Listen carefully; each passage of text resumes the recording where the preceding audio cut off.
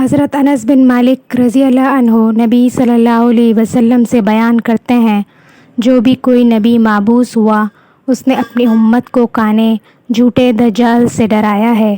خبردار، وہ کانا ہوگا اور تمہارا رب کانا نہیں ہے، بے شک دجال کی آنکھوں کے درمیان لکھا ہوا ہوگا کافر۔ سنن ابی داؤد حدیث 4316۔ حضرت عمران بن حسین رضی اللہ عنہما بیان کرتے ہیں، رسول اللہ صلی اللہ علیہ وسلم نے فرمایا، جو شخص دجال کے متعلق سنے تو اس سے دور رہے۔ اللہ کی قسم، آدمی اس کے پاس آئے گا جبکہ وہ سمجھتا ہوگا کہ وہ صاحب ایمان ہے، مگر ان شبہات کی بنا پر جو اس کی طرف سے اٹھائے جائیں گی اس کی اتباع کر بیٹھے گا۔ سنن ابی داؤد حدیث 4319۔ حضرت عبادہ بن صامت رضی اللہ عنہ نے بیان کیا، رسول اللہ صلی اللہ علیہ وسلم نے فرمایا، بلا شبہ میں نے تمہیں دجال کے متعلق بہت کچھ بتایا ہے، اس کے باوجود مجھے اندیشہ ہے کہ کہیں تم نے اسے نہ سمجھا ہو۔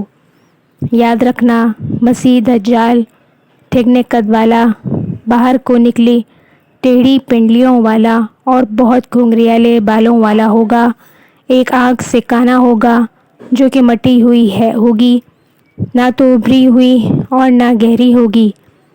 پھر بھی تمہیں کوئی شبہ ہو تو یاد رکھنا کہ تمہارا رب کانا نہیں ہے۔ سنن ابی داؤد حدیث 4320۔ حضرت نواس بن سمعان کلابی رضی اللہ عنہ سے روایت ہے، رسول اللہ صلی اللہ علیہ وسلم نے دجال کا ذکر کیا اور فرمایا، اگر وہ میرے ہوتے ہوئے تم میں ظاہر ہوا تو میں تمہاری طرف سے اس کا مقابلہ کروں گا، اگر میرے بعد ظاہر ہوا تو پھر ہر شخص خود اپنا دفاع کرنے والا ہے۔